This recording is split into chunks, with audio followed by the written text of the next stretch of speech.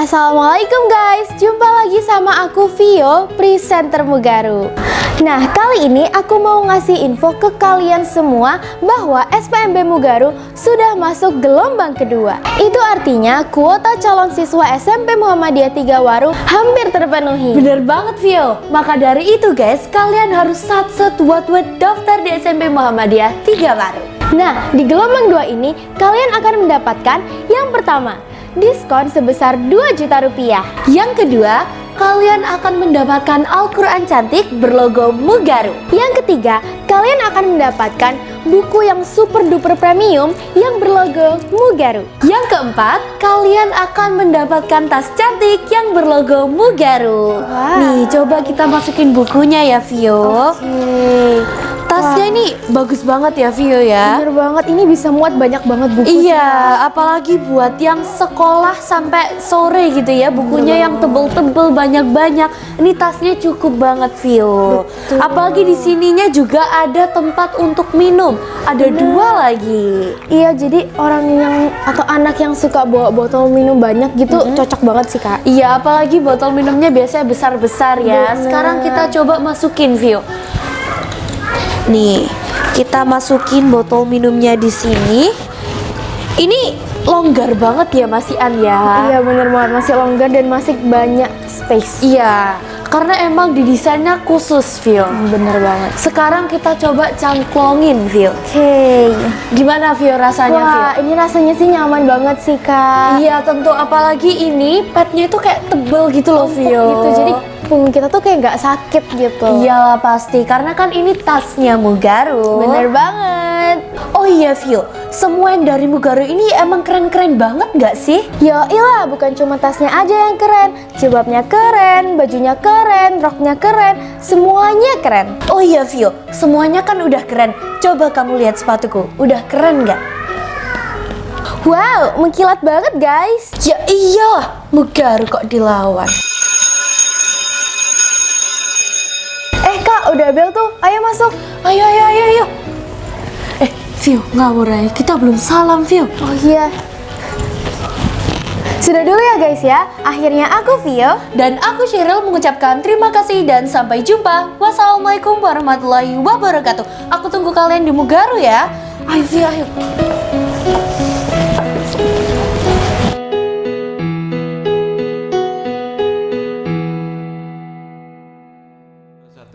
Assalamualaikum warahmatullahi wabarakatuh. Mugaru semuanya, jumpa lagi sama Pak Nur dan teman-teman. Woi, teman-temannya ini ada Kata, kemudian ada Sanum, kemudian ada Danis. Kali ini ekstrakurikuler ini akan membahas tentang hoax atau fakta ya. Dan ini masing-masing diberi tugas untuk menyampaikan berita-berita hoax atau memang fakta di masyarakat atau di media sosial. Karena Indonesia ini kan banyak orang yang mudah percaya walaupun sebenarnya berita itu hoax gitu ya. Apalagi orang-orang Jawa biasanya kan lebih mudah percaya kepada suatu berita yang menurut mereka itu wah ini kok koyok masuk akal, padahal nggak masuk akal juga gitu ya. Oke, tanpa lama-lama lagi kita akan mendengarkan ceritanya dari siapa ini? Dari Danis ya, ini dari Danis. Ini dari Bali guys, dari Bali. Jadi mungkin ini juga banyak ini berita-berita yang akan dibawakan. Oke, silakan Nis. Oke, assalamualaikum warahmatullahi wabarakatuh. Nah, jadi aku ini punya berita hoax yang cukup mungkin buat dunia ini pernah geger. Jadi berita hoax ini itu mencakup seluruh dunia. Yaitu mungkin Pak Nur pernah kemakan mungkin ya sama berita hoax ya. Pada tahun 2012. Oh, kiamat. Nah iya. Aku mau tanya Pak Nur dulu nih. Kan karena kita ini kan belum hadir ya di 2012, masih umur 1 tahun kalau saya. Kalau Pak Nur nih gimana? Pas denger cerita tentang kiamat 2012. Iya. Kalau Pak Nur pada waktu itu kan 12 tanggal 12 bulan 12 tahun 2012 itu katanya kiamat gitu kan ya. Langsung Pak Nur cari sumbernya, siapa yang ngomong gitu kan ya. Dan kiamat itu kan nggak ada yang tahu nih ya, nggak ada yang tahu. Berarti siapapun yang ngomong itu Pak Nur ya ini nggak percaya gitu nih. Ya bener banget sih. Saya juga agak kaget ya, apalagi ada berita tentang kiamat 2012 dan sampai ada timestamp-nya. Ada waktu hitung mundurnya. Jadi kalau nggak salah itu tanggal 21 Desember 12 Desember ya, Pak? 12 Desember bulan 12 terus tahun 2012 itu kalau nggak salah dari suku Maya. Jadi suku Maya itu mempercayai bahwa tanggal kepercayaannya itu sudah habis. Makanya bagi mereka itu kiamat itu akan segera tiba. Dan suku Maya pun melakukan ritual-ritual, Pak.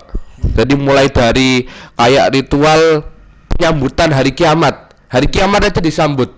Nah, terus ada yang menyimpan barang-barangnya. Jadi mereka percaya bahwa barang-barang di suku Maya itu harus disimpan untuk warisan berikutnya. Makanya itu mungkin pengetahuan suku Maya itu memikirkan gini, habis kiamat tuh akan kehidupan baru lagi. Mungkin ya. Karena dan juga reporter dari seluruh dunia itu mengatakan bahwa kiamat 2012. Jadi sehingga orang seluruh Indonesia itu sampai percaya karena reporter itu menyampaikan informasinya itu dengan cara kiamat 2012. Jadi tidak ada informasi tambahan lainnya. Jadi gitu, makanya orang Indonesia itu banyak yang percaya. Itu kan juga menyangkut paut dengan agama kita ya. Kan bertentangan banget karena yang disampaikan tadi oleh Pak Nur itu tentang bahwa kiamat itu tidak ada yang tahu. Terus juga di suku Maya itu sudah ada ditentukannya kiamat. Jadi kan bertentangan banget dengan agama kita. Nah, terus untuk berita hoax yang menurut saya ya tentang kiamat 2012 itu adalah berita yang cukup konyol menurut saya. Konyol banget. Dan mungkin beberapa orang Indonesia yang masih awam itu percaya. Lalu untuk mengatasi tidak percaya dengan hal-hal yang hoax itu, berita-berita yang hoax itu, pertama kita bisa mencari sumber yang ada, lalu kita bisa menyangkut pautkan dengan berita-berita yang lalu atau informasi-informasi yang sedang terkini. Jadi gitu Pak tentang berita hoax di hari kiamat 2012. Iya, jadi suku Maya itu suku yang terkenal di dunia karena ramalan-ramalannya itu sebagian besar itu terbukti gitu nih ya. Nah, tetapi jangan sampai lupa gitu ya. Orang meramal itu kan bisa salah. Nah, kenapa sebagian besar itu bisa benar? Ya karena itu kebetulan saja gitu loh. Karena sesungguhnya yang namanya kiamat, kemudian ada surga neraka, kemudian ada jodoh, ada kematian dan lain sebagainya, itu nggak ada yang tahu gitu kan ya. Dan itu hanya Allah sendiri yang tahu. Jadi yang goib-goib begitu nggak ada yang tahu. Nah, masalahnya masyarakat itu kan banyak yang percaya gitu kan ya.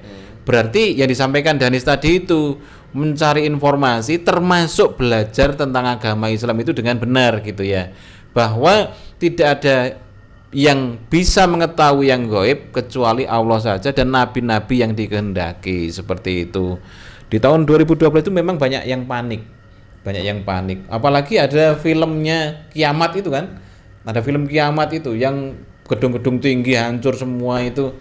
Kok bisa menggambarkan seperti itu gitu loh ya. Dan itu kalau menurut Pak Nur, dia itu hanya mencari sensasi saja untuk mencari ini, ujung-ujungnya ini gitu loh ya. Uang gitu. Jadi semakin banyak orang yang penasaran, semakin heboh, itu biasanya filmnya itu akan semakin laris seperti itu. Ujung-ujungnya uang gitu. Kalau di dalam Islam bukan hanya sekedar uang itu bukan segalanya ya. Tetapi kebenaran itulah yang paling penting. Oke. Ada lagi berita hoax nih? Ada sih Pak. Ada. Oh iya, sampaikan lagi.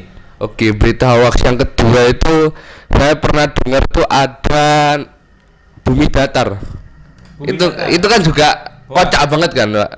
Nah, tapi kok ada beberapa orang di dunia ini yang percaya, sampai ada komunitasnya, Pak, mempercayai bumi datar.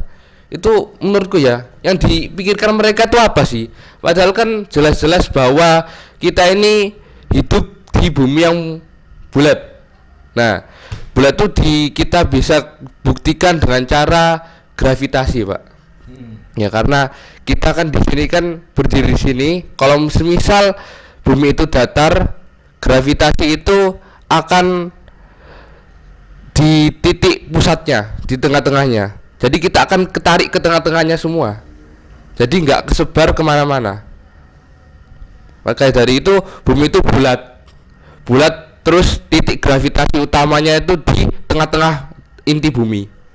Makanya semua orang di dunia ini itu bisa ketarik. Nah gitu. Terus untuk orang-orang yang mempercayai bumi datar ini, menurut saya tuh emang kocak dan bumi datar. Dan ada yang ngomong gini, Pak, bumi datar itu gimana ya, NASA kalau salah, Pak, NASA itu ngomong bumi datar itu buat film tentang bumi itu dengan CGI, dengan green screen atau editan video, sehingga bumi itu terlihat datar, lalu orang-orang tuh percaya, Pak. Jadi gitu. Gimana menjelaskan ini Nis, bahwa bumi itu bulat? Kan yang kita lihat itu memang datar ya? Iya. Lihat loh ya. Datar apa bulat? Iya, yang dilihat datar ya. Bagaimana menjelaskannya? Kan banyak, kan kita lihat dari sana ke sana kan datar semua itu, Pak. Iya. Nah, kalau semisal kita menjelaskan bagaimana bumi itu bulat, kita buktikan dengan bagaimana kita berdiri di sini. Nah, kita berdiri di sini itu, Di sini. iya, Kalau lebih ya? duduk di sini, Nah. itu karena ada gravitasi. Lu enggak bulatnya itu loh. Kalau gravitasinya kan, ini kamu menjelaskan gravitasi kan? Bukan menjelaskan bulatnya kan? Nah, bagaimana menjelaskan bulatnya? Nah, kan gini, Pak. Ya. Kalau semi kan bumi itu bulat. Ya. Bulat. Bulat. Ya. Terus. Nih, bulat. Ini kotak misalnya, kotak. Ya. Titik gravitasinya tuh di sini, Pak. Ya. Kan ada orang yang di sini, Pak. Mm-mm. Nah, kalau misalnya bumi itu datar gini, Ya. titik gravitasinya di sini, Heeh. terus orang tuh ada yang di sini, maka orang itu akan tarik sini. Oh, berarti gravitasi itu ada titiknya. Ada titik pusatnya. Oh. Jadi orang yang di bawah bumi itu juga, kalau misalnya nggak ada gravitasinya bakal jatuh. Maka dari itu ada titik gravitasi di sini. Oh. Jadi nempel semua. Ya, itu kamu dapat informasi dari mana itu titik pusat gravitasi itu? Malam tempat ngecer dikit-dikit. Oh. Jadi gitu. Oke, jadi seperti itu ya, Nis ya. Iya. Ada lagi? Mungkin udah, Pak. Udah lagi. Terus nanti kalau misalnya ada sambung lagi ya. Kita langsung ke Sanum. Wah, ini Sanum tadi udah senyum-senyum. Kenapa kamu lihat Dani senyum-senyum? Pak. Assalamualaikum warahmatullahi wabarakatuh. Oke, jadi di sini aku bakal jelasin tentang kejadian yang mungkin sampai sekarang tuh masih ada ya beritanya, itu tentang kereta jarak jauh dan KRL. Nah, untuk kejadian ini itu mulai terlibat dari hal yang kecil, yaitu salah satu dari kereta itu menabrak taksi ijo. Maksudnya taksi ijonya ya yang nabrak, karena taksi ijonya tuh yang melanggar karena udah ada palangnya, tapi mereka tuh tetap maksa maju gitu loh, Pak, padahal udah mau ketutup. Nah, itu menyebabkan tabrakan. Nah, waktu ketabrakan salah satu dari keretanya itu ada yang nunggu di sana karena kan gantian. Nah, ini harus diberesin dulu yang tertabrak ini. Nah, tapi di sinyalnya yang di kereta yang menunggu itu udah boleh bisa jalan, tapi ternyata itu belum. Jadi itu yang menyebabkan ketabrakan, Pak. Nah, tapi di media sosial tuh juga ada yang masih menyebarkan berita hoax, padahal udah jelas-jelas bahwa informasinya tuh udah sangat jelas dengan adanya beberapa sumber yang lebih terpercaya, yaitu ada yang bilang bahwa semua korbannya tuh meninggal di tempat, padahal faktanya tuh enggak. Korban ada yang sempat dibawa ke rumah sakit dan meninggal, bahkan ada yang kemarin meninggal. Jadi kayak gini, waktu itu korban dibawa ke rumah sakit, itu dia kejepit selama 10 jam kakinya, Pak. 10 jam. Iya, 10 jam. Jadi sampai kakinya tuh katanya warnanya tuh sampai biru gitu. Nah, waktu dibawa ke rumah sakit dia udah sempat kayak udah membaik gitu kan. Nah akhirnya waktu sudah membaik, nggak tahu tiba-tiba itu meninggal Pak. Jadi padahal udah dirawat itu udah baik, kakinya juga udah pulih, udah nggak biru lagi, darahnya udah mulai normal, tapi meninggal. Dan itu katanya dia tuh salah satu orang yang penting Pak. Jadi banyak juga yang merasa sedih, ikut sedih kayak gitu. Terus ada lagi yang katanya tuh masinisnya ngantuk Pak. Padahal itu karena sinyalnya tuh berbeda dari stasiun sama yang di kereta. Jadi kayak gitu. Yang ketiga itu ada yang bilang katanya kejadian ini disebabkan oleh satu faktor. Padahal enggak, kejadian ini dilibatkan oleh beberapa banyak faktor. Yaitu mulai dari faktor kecil hingga sampai faktor yang menjadi besar, yaitu 2 kereta bertabrakan. Nah, untuk yang bilang kayak gini tuh biasanya itu Pak, yang kayak pengalihan isu dari yang direktur kereta KAI-nya dipecat sama DPR. Nah, itu makanya menyebarkan berita hoax. Padahal buat memecat itu nggak perlu, karena menurut aku melakukan evaluasi besar-besaran aja. Karena banyak juga yang nggak setuju Pak, karena kalau direktur KAI-nya tuh dipecat. Karena ini kan kesalahan teknis. Jadi lebih baiknya tekniknya tuh dibenerin, kalau enggak lebih diperketat keamanannya, semua palang tuh harus diperiksa apakah ini masih berfungsi apa enggak, seperti itu. Dan kalau menurut aku lagi, kalau nyari sumber berita tuh yang terpercaya aja, jangan yang nggak terpercaya. Ya seperti tadi tuh contohnya kayak pengalihan isu, makanya dianukan berita-berita hoax kayak gitu. That's it Pak, itu. Oke, kalau mencari sumber yang terpercaya itu di mana, misalnya? Oh, kalau aku nyarinya di itu Pak, Google, dan biasanya nyari di Trans7 kayak gitu. Kan biasanya ada di Google yang Trans7 kayak kita baca koran tapi lewat digital. Nah, kayak gitu aku mesti bacanya dari situ. Oke, berarti sumbernya memang dari TV ya? Ya. Berita TV gitu ya? Oke. Oh ya Pak, kalau menurut Pak Nur itu gimana kalau direkrut KAI-nya tuh dipecat yang itu? Gitu ya? Kalau menurut Pak Nur, ini pertanyaan berat ini ya. Dipecat apa enggak? Ini menyangkut menyangkut nasib seseorang ini. Tapi insya Allah nggak akan ngaruh lah. Pak Nur ngomong walaupun ngomong dipecat, walaupun ngomong nggak dipecat itu nggak ngaruh ya. Pak Nur kan siapa gitu ya. Tapi kan kita sebagai warga negara ini kan boleh beropini kan, begitu kan, boleh berpendapat gitu kan. Kalau menurut Pak Nur ya, seperti yang kamu bilang tadi dievaluasi besar-besaran. Kalau memang terbukti bersalah, ya sudah dipecat. Tapi yang pertama kali adalah evaluasi besar-besaran. Karena kereta itu jalan, itu bukan masinisnya berdiri sendiri, enggak, bukan seperti mobil gitu ya. Bukan seperti mobil, bukan seperti sepeda motor. Itu kan memang sendiri dia itu. Kalau tabrakan ya salah dia sendiri kan begitu. Tapi kalau masinis ini kan juga dia membutuhkan informan gitu loh ya. Oh, di sini tuh mau ada itu kereta lewat, ini mobil palang kereta api harus ditutup, mobil harus tidak boleh melintas kan begitu. Itu ada informannya seperti itu. Nah, itu harus dipastikan dulu apakah itu sudah berjalan dengan baik, sudah berjalan dengan semestinya. Kalau sudah, berarti ya human error gitu loh ya. Kesalahan bukan pada manusianya, tapi memang benar-benar murni kecelakaan. Tapi kalau ini semuanya ini ada yang konslet misalnya ya, si penjagane palang yo konslet, apa ngantuk, apa masinisnya ngantuk, atau alat komunikasinya rusak dan lain sebagainya. Nah ini yang mungkin diperlukan tindakan yang tegas gitu. Sebenarnya tentang kereta api ini sebenarnya kalau kamu baca berita-berita, kereta api di tahun 90-an di Indonesia itu keadaannya memprihatinkan. Maka pada waktu itu banyak orang yang tidak mau naik kereta api di Indonesia itu. Terus kemudian ada satu sosok yang memperbaiki sistem transportasi kereta api itu. Kamu tahu siapa namanya? Orangnya? Nggak tahu. Pak kasih tahu ya. Yang namanya Ignatius Jonan. Beliau ini ketika diangkat sebagai Menteri Transportasi, beliau ini langsung ngecek kereta api. Kenapa sih kereta api di Indonesia itu nggak ada yang naik? Misalnya ada yang naik, itu juga sambatnya nggak karuan, nggak ada AC-nya, pedagang asongan boleh masuk, kemudian belum lagi stasiunnya yang kotor dan lain sebagainya. Setelah beliau ini jadi menteri, semuanya diperbaiki.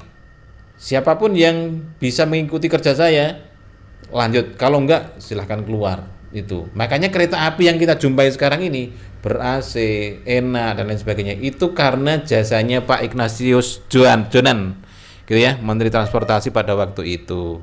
Seperti itu. Kamu ngomong-ngomong sudah pernah naik kereta api belum?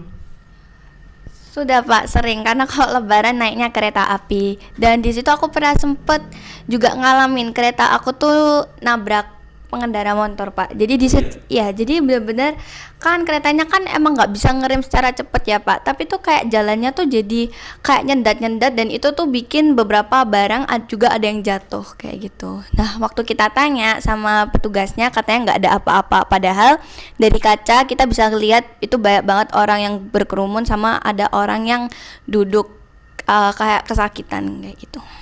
Oke. Katanya udah mulai sedih nih. Beritanya ini kan kecelakaan nih. Iya. Oke.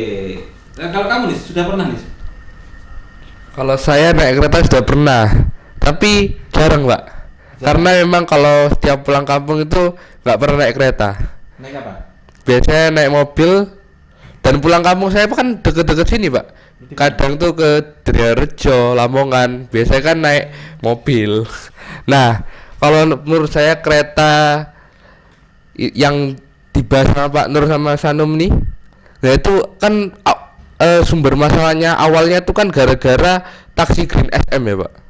Nah itu taksi Green SM itu menerobos penghalang kereta, menerobos palangnya kereta Pak. Itu sudah tahu kalau itu nutup itu. Berarti Sudah. Jadi pas mau nutup ya. Pas mau nutup itu tetap diterobos. Nah itu menurut Pak Nur, salahnya KAI atau salahnya perusahaannya Green SM? Ini pertanyaan yang berat ini soalnya ini menyangkut nasib orang, tapi tidak masalah lah. Siapa sih Pak Nur ini kan berkopi ini gitu ya. Pak Nur ini kan setiap hari itu kan muter-muter ini ya, ngojek kan begitu kan. Nah Pak Nur itu kalau menungguin kereta api mau lewat itu sampai 5 menit gitu, meneng palangnya sudah tertutup gitu loh ya. Nah ini ketika ada berita ada taksi yang hijau itu nerobos kemudian tertabrak, Pak Nur tuh jadi heran gitu loh ya. Kok secepat itu? Berarti palangnya ini ditutup ini agak lambat gitu loh nih. Kereta sudah sampai sana, ini baru tutup, ini nerobos langsung ditabrak begitu. Seharusnya kalau 5 menit ya, 5 menit itu aman, nggak bakalan ini tutup, gitu kan ya. Itu aman seharusnya, gitu. Ya mungkin ini kelalaian lah, kelalaian. Dan kalau saya masih ini nih, masih setuju kalau orang itu yang menjaga palang kereta api itu diganti dengan mesin gitu loh ya. Kalau orang bisa ngantuk, mesin tidak bisa ngantuk. Pokoknya ada sinyal yang menengarai bahwa kereta api itu sudah dekat, nutup sendiri seperti itu. Lalu Indonesia ini masih orang ya. Kadang-kadang orangnya itu kan kadang ketiduran kan begitu kan. Mesakno seperti itu. Itu kalau menurut Pak Nur seperti itu. Oke, emang saya juga agak kurang setuju dengan yang taksi Green SM robos ya Pak. Itu karena kan dia itu egois banget mementingkan penumpangnya. Itu kalau sudah tertutup. Itu kalau sudah tertutup gak mungkin diterobos ini. Ini mungkin masih begini loh. Keretanya sudah dekat ini belum nutup gitu loh. Makanya ketika baru melintas kan begitu. Bisa anu ya, bisa dimengerti ya? Bisa. Jadi memang mau nutupnya tuh lambat ya Pak. Yeah. Terus udah nunggu lama. Yeah. Terus tiba-tiba mau nutup. Yeah. Nah, kecuali kalau palang pintunya ini ditabrak sama dia, itu Pak Nur yakin yang salah itu mobilnya. Tapi kalau ini masih begini loh, sudah ketabrak, berarti kan sudah dekat keretanya itu. Ini belum nutup kan begitu. Tapi yang benar yang mana ini? Yang mana? Sanum kan yang Oh ya, kalau dari pengalamanku ya Pak, aku juga pernah kayak gitu. Jadi itu aku nyetel musik banter banget kan di mobil dan itu bener-bener udah deket banget keretanya. Nah untuk yang aku ngalamin sendiri itu palangnya yang belakang aku emang udah ketutup tapi yang ini masih kebuka. Jadi kayak gitu. Nah, kalau misalkan yang dari berita ini ya, tuh aku juga kurang setujunya sama yang taksinya. Sebenarnya kalau emang udah bunyi suara kereta mau datang itu Pak, itu sebenarnya kita berhenti aja meskipun palangnya belum tertutup sempurna, tapi lebih baiknya kita tuh berhenti, jangan malah nyelonong aja. Apalagi kan kalau misalkan kereta mau mau lewat, itu kan relnya itu udah apa sih Pak namanya, yang nggak bisa dilalui sama ban itu loh, harus ban kereta itu kan ada kayak gitu. Nah itu bisa kan kita susah, ban biasa susah kecuali ban kereta kayak gitu. Jadi kalau menurutku aku kurang setuju sama yang taksinya. Oke. Jadi guys, kereta itu ya, ini yang pernah Pak Nur pelajari ya. Kereta itu misalnya sudah 200 meter dari palang pintu itu, ketika ada orang yang menerobos, itu mesinnya langsung mati itu. Mesin mobil apapun, sepeda motor mati di situ. Karena apa? Pak Nur lupa ya, apa namanya itu? Istilahnya itu apa? Tapi mati semua itu. Makanya jauh-jauh sebelumnya palang pintu itu udah harus tertutup seperti itu. Oke. Nanti kita akan lanjutkan lagi ngobrol-ngobrolnya ya. Sekarang ke Katalia. Ini Katalia ini punya berita apa ini? Kayaknya dia udah sedih ini. Oke, Assalamualaikum warahmatullahi wabarakatuh. Jadi aku hari ini mau nyampein beritanya itu sama kayak Kak Syanum, cuman mungkin beda penjelasan aja. Nah untuk kejadiannya itu fakta bukan hoax karena kejadiannya itu benar-benar terjadi pada tanggal 27 bulan April 2026. Nah, kejadian awal mulanya itu ada taksi listrik yang nerobos, terus akhirnya itu katanya mobilnya itu mogok tepat di atas rel. Nah, karena si keretanya ini itu gak bisa berhenti mendadak, akhirnya nabrak taksi itu dan terpaksa buat berhenti mendadak. Nah, setelah itu ada kereta jarak jauh yaitu kereta Argo Bromo Anggrek yang melintas dari yang melaju dari belakang KRL dan sehingga tidak bisa mengerem dan akhirnya menabrak gerbong bagian belakang KRL. Nah, untuk korbannya 15 orang meninggal dan 84 orang luka-luka.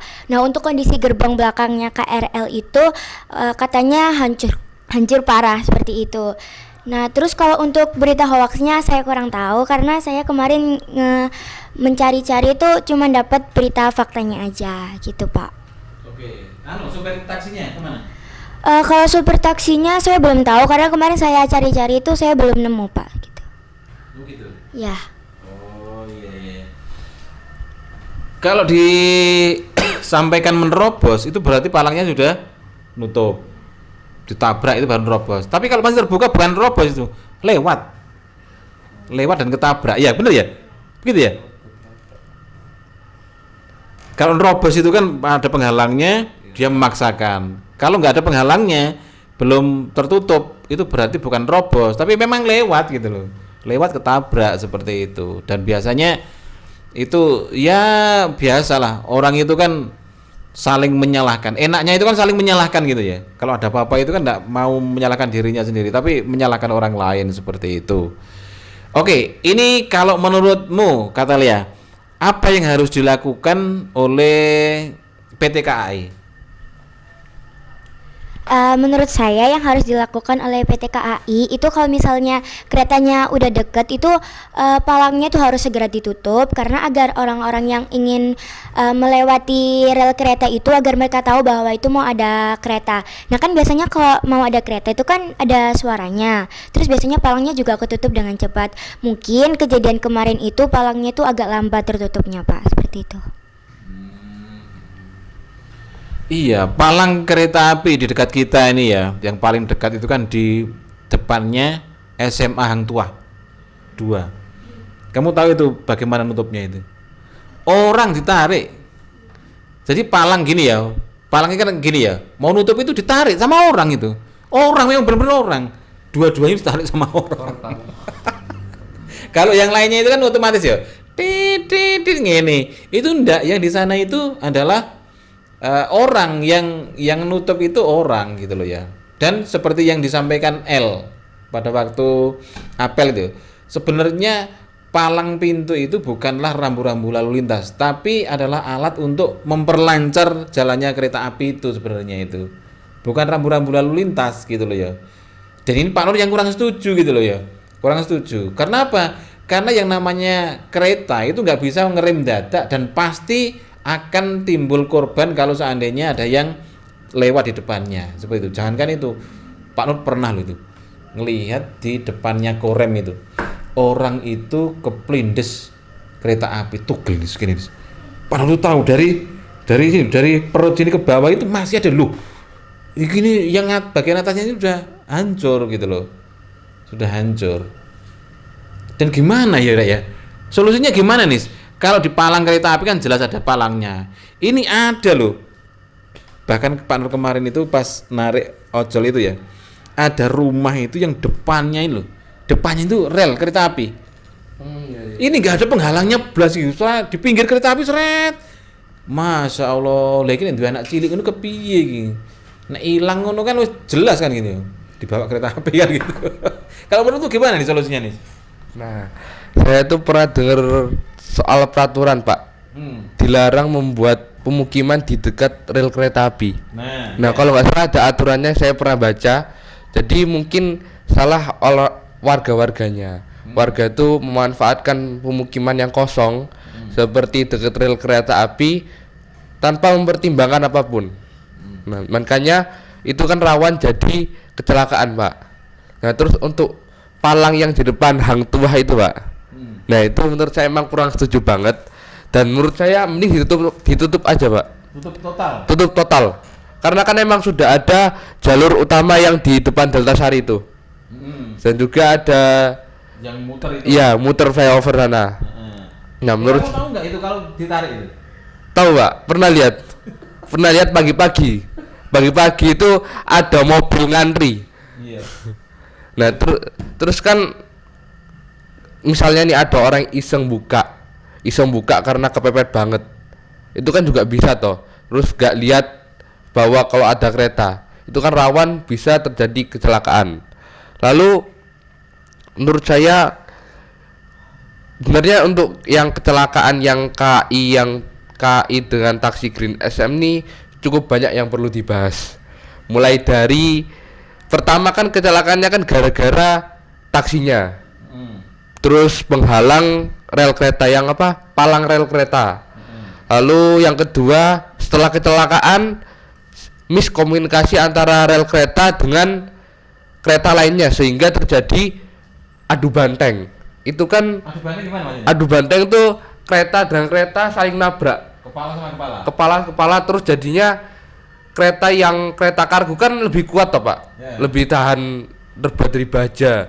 Terus adu banteng dengan kereta KRL yang mengisi penumpang itu kan pasti kan lebih kuat kereta kargonya sehingga KRL-nya satu gerbong hancur. Terus memakan korban. Jadi menurut saya beberapa pihak itu harus dievaluasi mulai dari perusahaan Green SM dan KAI. Jadi gitu, Pak. Kalau Green SM mungkin dari drivernya karena juga ada beredar itu taksi Green SM tuh sering kecelakaan, Pak. Iya. Sering kecelakaan. Terus untuk KAI itu miskom antara sinyal kereta kargo dengan kereta KRL. Jadi gitu, Pak. Kamu tahu nggak itu taksinya itu dari mana taksi hijau? Dari Taiwan, Pak, dari Cina ya. Pokoknya dari luar negeri, Pak. Coba browsing. Coba nih. Amin. Kalau setahu Pak Nur itu bukan dari Cina, bukan dari Taiwan itu. Dari Vietnam. Kalau nggak salah lo kan lambangnya kan V. Ya mungkin loh, mungkin. Tetapi dari manapun itu kan memang keamanan itu kan nomor satu gitu loh ya. Keamanan itu harus nomor satu. Tidak boleh dibuat sembarangan karena itu menyangkut hidup atau hajat hidup orang banyak seperti itu. Katalia, kalau kamu gimana transportasi ini bukan hanya kereta, tapi di Indonesia ini seperti apa? Ya transportasi. Menurut saya transportasi di Indonesia itu emang sering banget ngalamin kecelakaan, apalagi kayak kereta, mobil, motor gitu. Terus kayak menurut saya itu kita itu harus bersabar. Kayak misal kalau misalnya kereta mau lewat gitu, kita itu mending berhenti untuk sabar nunggu daripada kita kena akibatnya sendiri gitu Pak. Oke, kalau kamu Num, Ini- gimana? Ini bukan hanya kereta loh, bukan hanya bis Semua. loh. Semua. Gimana sih transportasi di Indonesia ini? Kalau menurutku transportasi di Indonesia tuh berlebihan ya Pak. Kayak maksudnya tuh banyak banget Kacau. yang Nah, terus kan Indonesia tuh pengen modelnya tuh kayak luar negeri Pak, yang dimana rakyatnya itu pakai bis umum. Nah, seperti anak sekolah juga pakai bis umum. Tapi kan bis umum di luar negeri tuh bahkan sampai nyampe ke halte-halte yang dekat rumahnya gitu. Nah, sedangkan di Indonesia halte-halte juga masih hanya di jalan yang besar-besar aja. Ya kayak gitu. Jadi penggunaan kendaraannya tuh sangat banyak hingga populasi di Indonesia ini juga udaranya kurang baik kayak gitu menurut aku. Oke. Kalau kamu nih gimana nih? Nah, kalau menurut saya ya Pak, ini kan emang di Indonesia kan pengguna motor, mobil itu banyak banget ya Pak. Terus juga terus orang-orangnya pun juga tidak mematuhi aturan. Nah, Melawan arus. ngelawan arus, terus juga kayak menerobos lampu merah itu juga menurut saya rawan kecelakaan. Nah, terus faktor yang kedua itu ini Pak, lalu lintasnya, fasilitasnya, jalan-jalannya itu pemerintah itu banyak yang tidak digunakan. Anggaran kayak anggaran jalan Dikorupsi. dikorupsi. Nah, betul nih. Dikorupsi kayak kemarin tuh ya Pak, saya tuh Kalimantan. Oh, Kalimantan. Kalimantan. Oh, yang itu kan jalannya masih tanah liat itu kan? Iya. Kan itu kan. Dan saya juga mau cerita nih Pak, kan pas itu liburan di Kalimantan Tengah, Kalimantan Tengah itu Pangkalan Bun. oh iya. Itu kabupaten baru, saya ke sana itu miris banget lihatnya. Iya. Karena lihat jalanannya ya kayak dari sini ke, terutama di pemukimannya dari sini ke Balai desa. bukan Pak, ke Surabaya. Iya. Itu kan berapa kilo ya? Belasan kilo. Nah, perjalanan dari sini ke tujuan sana itu gak ada sinyal.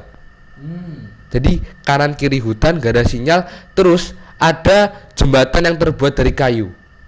Nah, itu kan bahaya banget toh. Terus juga banyak banget, meskipun sepi tapi rata-rata pengendara itu truk sawit. Nah, itu kan rawan banget. Dan menurut saya mungkin pemerintah itu bisa memberikan fasilitas yang ada, karena di sana itu juga nggak ada penerangan sama sekali. Jadi kayak kanan kiri itu gelap, dari pokoknya 20 km itu nggak ada sinyal, gelap kalau malam-malam. Menurut saya itu kan Itu salah siapa ini? pertama mungkin pemerintah. Siapa pemerintah? Sebutkan aja. Gubernur atau siapa? Siapa ya Pak? Bupati Pangkalan Bun lah. Iya. Bupati. Kira-kira tahu nggak itu bupatinya? Mungkin nggak, Pura-pura nggak tahu pura-pura gitu. nggak tahu ya Pak. Iya. Karena di sana emang kanan kiri itu sawit. Mungkin dimanfaatkan sebagai ladang uang sawit. Iya. Dan pasti itu yang melewati itu adalah mobil-mobil yang bermuatan berat gitu loh ya. Jadinya jalannya pun juga seperti itu gitu kan. Nah itu. Iya nih, jangankan di sana nih, di Sidoarjo ini loh. Ya di Sidoarjo itu banyak yang seperti itu jalannya itu bolong-bolong. Kemudian kita ini, nah ini kan sebagai ojol ini Pak Nur ini juga harus menyampaikan nih ya ke pemerintah Sidoarjo ya. Jadi aneh gitu loh. Pas kita ini milih jalan, ojol ini milih jalan, kan begini Num. Begini. Itu pas turun dikasih bintang 1 sama penumpangnya, kemudian dikasih komen. Drivernya kayak orang mabuk. Iya, orang mabuk berjalan, motornya itu berjalan seperti ular gini. Lah itu kan menghindari lubang ini, dan itu temannya Pak Nur sendiri yang kena itu di bintang 1 karena begini menghindari lubangnya tadi itu loh. Nah itu dikira main-main, dikira penumpangnya itu iki ya apa ya wong iki kan lho, padahal menghindari lubang kan begitu. Wis tolong jangan dikorupsi yang namanya dana untuk pembangunan jalan itu ya wis pakai semua gitu loh. Dan Pak Nur yakin nih kalau misalnya nggak dikorupsi ya, jalan-jalan kita ini di seluruh Indonesia itu pasti sudah bagus. Seperti di depan kita ini kan bagus kan. Nah, sebenarnya seharusnya itu seperti itu jalan-jalan itu gitu loh. Orang bolak-balik ditambal, bolak-balik ditambal. Ini kan jalan asli ya. Ditambal, bolong ditambal, sampai yang aslinya ini hilang. Tinggal tambalan itu. Aslinya sudah hilang. Ini gimana ini? Ya. Oke, ini malah berlanjut dengan tema yang rodok beda dengan tadi gitu kan ya. Nah, ini tentang transportasi. Kalau kamu Num, dari rumah kamu ke SMP nih, jalannya itu lancar-lancar saja atau rusak? Itu yang pertama. Yang kedua, pengguna jalan dari rumahmu ke sini nih apakah sudah tertib semua? Oke, untuk yang pertama itu ya Pak, jalannya dulu. Nah, jadi jalan ke rumahku dari rumah ke SMP Mugaru ini ada beberapa jalan yang emang rusak, tapi rusak habis itu didandani, itu cuma ditempel, bener kata Pak Nur yang tadi. Nah, ditempel-tempel aja. Masih ada tuh kelihatan tambal-tambalnya. Kelihatan tambal-tambalannya. Aslinya udah hilang. Nah, karena apa ya, yang nggak langsung didandanin gitu, kayak depan sekolah ini kan udah bagus. Nah, mereka cuma ditambal-tambal aja. Terus untuk pengguna jalannya ini bisa dibilang masih kurang tertib Pak. Orang udah ada lampu merah ya Pak, itu tetap aja ngelanggar. Kan di rumah aku tuh ada itu Pak, kantornya Hisana yang nganu bahan pokoknya di Hisana, jadi kayak nganter tepung, beras, nah kayak gitu. Waktu itu berangkat sekolah udah jamnya mepet, aku takut banget telat. Nah, ada salah satu mobil yang ngelanggar lampu merah Pak. Nah, yang kalau di rumahku lampu merah tuh hanya yang berhenti tuh mobil sama pokoknya roda 2 tuh masih boleh jalan. Oh iya, di jembatan itu loh. Ya, yang di jembatan itu. Nah, dari arah rumahku ini udah ada truknya Hisana itu mau lewat. Nah, tapi di sana udah ada mobil yang ngelanggar. Jadi itu bener-bener macet banget Pak. Itu susah banget kan kalau udah kayak gitu. Apalagi udah ke tengah-tengah jalan. Jadi itu susah ya itu. Terus ada juga yang di Bundaran Waru itu Pak. Nah, itu masih juga banyak banget sih kalau menurutku di situ yang ngelanggar kayak gitu. Kalau menurutmu, Katalia, orang melanggar itu karena apa? Menurutku orang ngelanggar itu mungkin karena mereka itu lagi buru-buru, terus ngejar waktu kerjanya, terus ada sesuatu yang perlu didatangin cepat, ada yang penting gitu Pak. Biasanya banyak yang ngelanggar peraturan lalu lintas gitu Pak. Ini kalau Pak Nur ini punya sisi penilaian yang berbeda ini ya. Kadang-kadang itu jalan itu nggak tepat gitu loh. Nggak tepat itu begini Num, ya. Misalnya kan dari sini mau ke Surabaya gitu kan. Seharusnya bisa dibuatkan jalur yang langsung loh, langsung ke Surabaya kan gitu kan. Loh ini enggak ya, ke selatan dulu ya. Ya sampai Aloha sana kan itu kan. Masya Allah, itu nggak tepat sih ini kan. Makanya ketika orang buru-buru itu tapi hebatnya orang Indonesia itu. Ini mungkin Jepang ini harus belajar ke Indonesia ini ya. Dengan keadaan yang semrawut seperti itu, gitu. Itu jarang yang kecelakaan. Bukan banyak loh, jarang sekali. Misalnya di hari kemarin di Sidoarjo, kan nggak ada yang kecelakaan. Padahal pelanggar lalu lintas itu luar biasa gitu loh ya. Menurutmu gimana nih? Hebat nggak orang-orang Indonesia ini? Jujur hebat sih Pak. Hebat ya? Hebat banget. Emang aku pikir-pikir juga, Nur Pak Nur ini baru denger nih tentang Pak Nur. Banyak yang ngelanggar tapi jarang kecelakaan. Iya, betul. Nah, itu kok bisa itu? Nah, mungkin emang udah kebiasaan. Terbiasa waspada karena lalu lintasnya nggak dibener-benerin. Itu mungkin Pak faktornya. Iya. Kalau ya pertigaan Waru itu ya. Itu lampu merahnya itu buat apa gitu loh. Banyak orang yang melanggar gitu. Terus ada petugas-petugasnya ya diem aja. Kan dari arah mana itu? Arah sini ya. Arah Mugaru ini seret ke sana. Orang-orang itu malas lewat Aloha sampai akhirnya belok kanan kan itu kan. Belok kanan terban itu. Ada polisinya ya diem aja gitu loh. Ya ini nggak menyalahkan siapa-siapa ini ya. Nggak menyalahkan polisi, mungkin polisinya juga gini, maklum lah, saya yang salah gitu loh. Mosok jalan harus ke Aloha dulu kan ini mungkin terburu-buru gitu. Tapi setiap hari terburu-buru terus ya orang Indonesia dan itu jarang yang kecelakaan. Ya, kalau misalnya orang Indonesia itu udah hebat, itu kamu nungguin di sana nih di pertigaan Waru itu dan kamu catat hari ini ada kecelakaan berapa? Lah pasti nggak ada. Hebat orang Indonesia, punya indera keenam. Jadi lampu itu masih kalah sama feelingnya orang Indonesia gitu loh.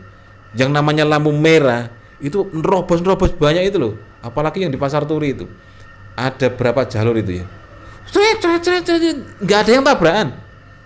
Wah, luar biasa. Tapi ya seperti ini jangan kalau bisa itu jangan terus-terusan. Semuanya ya wajib berbenah gitu loh. Dalane diapii, nggak dalan ki ya sing masuk akal. Mosok arep belok sedidik gak iso kudu nyang Aloha dulu.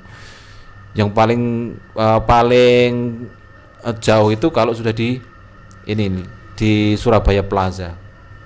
Ketika mau ke jalur yang benar itu ya, ke jalur ini itu harus muter dulu, masya Allah. Jadi kalau misalnya nih ya, Pano di sini ya, ada penumpang yang di sini nih, kan nggak boleh balik nih, muternya ini loh, mungkin 17 menit nih, baru sampai kena jalur sini lagi. Lah itu keburu di cancel sama orang kan gitu. Iya, bahaya itu. Oke, sekarang pesan-pesan ya. Ini kayaknya sudah ngantuk ini ya. Pesan-pesan buat kita semua, ini sih ya. Buat kita semuanya, pengguna lalu lintas, pengatur lalu lintas, dan yang punya wewenang untuk memperbaiki sarana dan prasarana lalu lintas itu. Mungkin pesan-pesan saya terutama buat pengendara motor itu kan banyak yang melanggar. Mungkin lebih berhati-hati lalu tetap mematuhi lalu lintas. Berhati-hati atau meningkatkan indera keenamnya. Mungkin bisa keduanya. Jadi pertama lebih berhati-hati lalu tetap mematuhi lalu lintas meskipun sedang terdesak. Lalu juga untuk lalu lintas yang diberikan oleh pemerintah. Mungkin ada yang rusak atau ada yang kurang benar, itu bisa diperbaiki. Sarananya. Ya. Sarana prasarananya. Iya, Pak. Itu Infrastruktur. Ya, di jalan ke Juanda itu lampunya mati loh, Nis. Kalau malam itu mati itu lampunya, gelap itu. Jalan ke Juanda itu. Nah, itu mungkin bisa dibeneri. Lalu untuk para polisi, petugas Satpol PP itu mungkin bisa lebih waspada, bisa lebih perhatian kepada pengguna-pengguna transportasi di Indonesia. Jadi gitu, Pak. Dan juga untuk pesan-pesan kita, mungkin kita harus selalu waspada, kita harus selalu berhati-hati menggunakan transportasi apapun itu, karena musibah itu tidak ada yang tahu. Siapa tahu kita nanti pulang ke rumah kecelakaan, nauzubillah min dzalik. Oke. Oh iya. Benar tuh, Pak. Oke.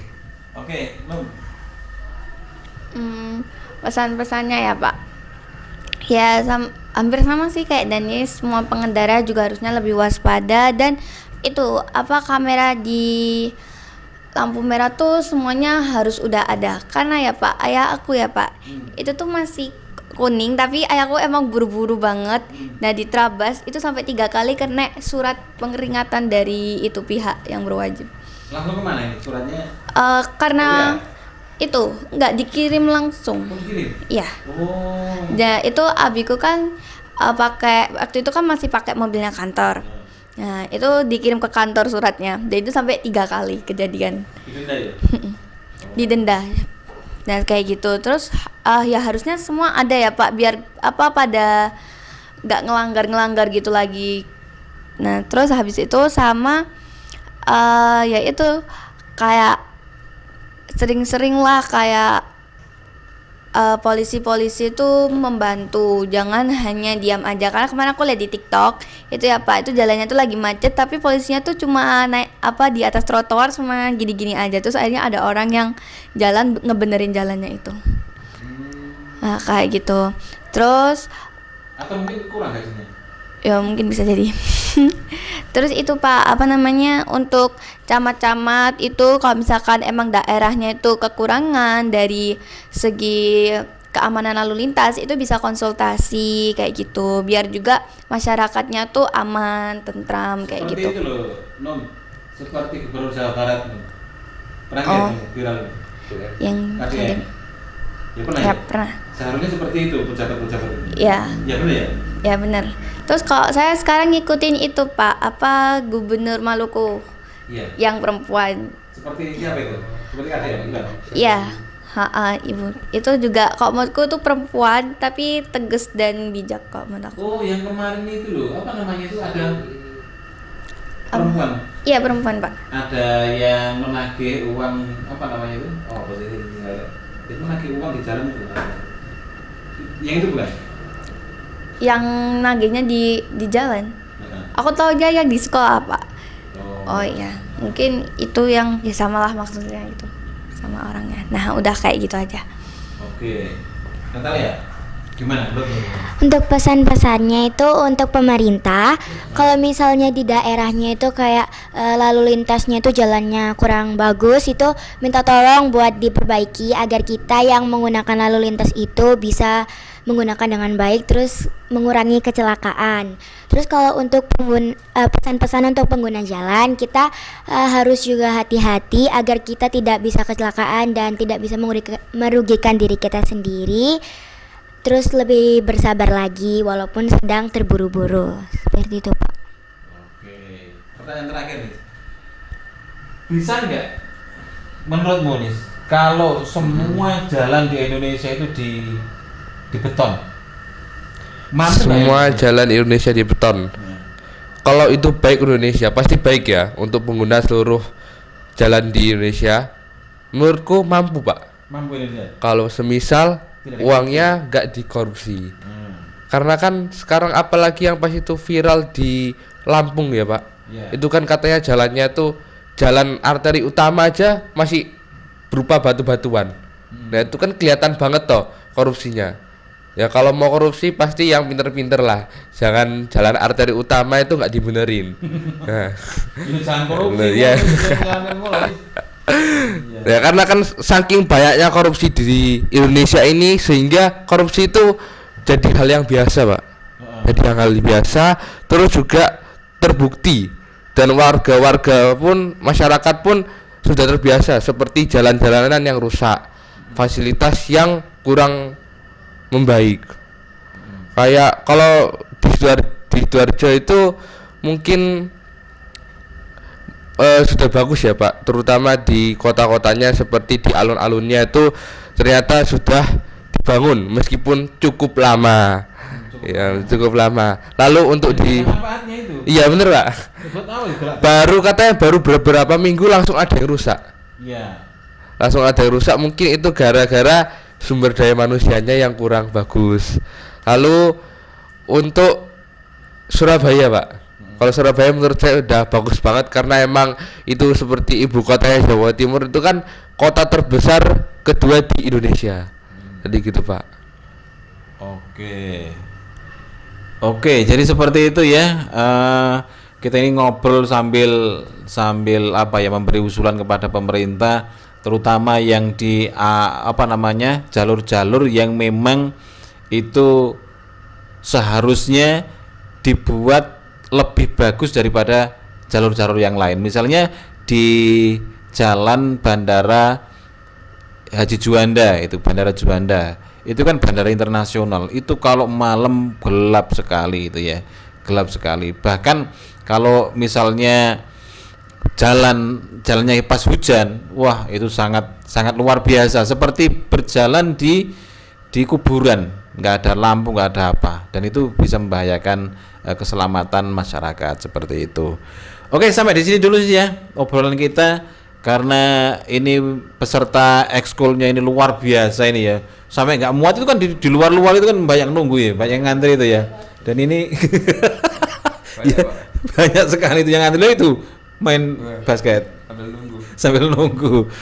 Oke, Moga Lovers, sampai di sini dulu perjumpaan kita ya. Ini tadi ada pengalian ya, pengalian tema itu ya. Tapi tidak masalah. Yang penting kita berusaha untuk belajar public speaking gitu kan.